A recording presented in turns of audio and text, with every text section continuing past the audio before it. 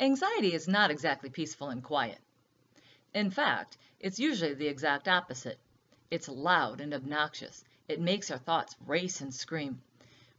What ifs, worst case scenarios, worry about the future, regrets about the past. It's noisy and it's maddening, and it often makes us want to grab our heads and shout, "Stop!"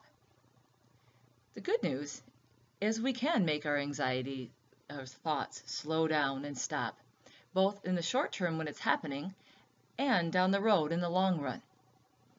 There are lots of different ways to do this. One way is by engaging all 5 of our senses.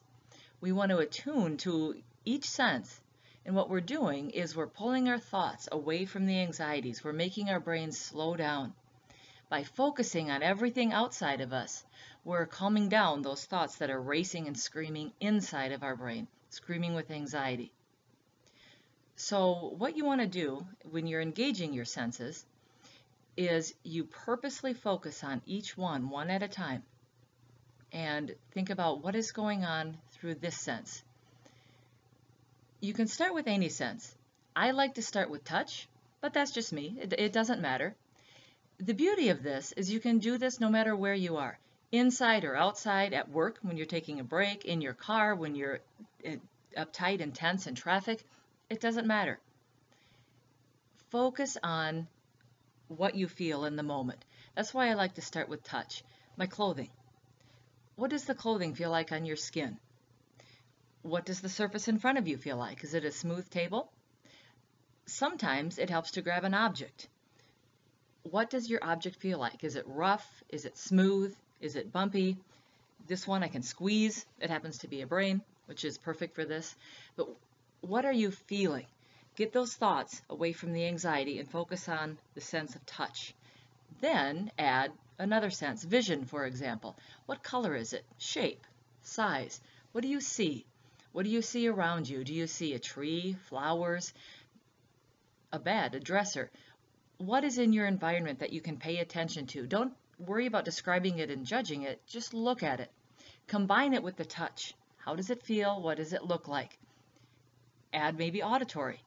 Does it make a sound? Or if not, what sounds do you hear around you? If you're trying to calm your anxiety in a car, do you hear traffic? Do you hear the radio?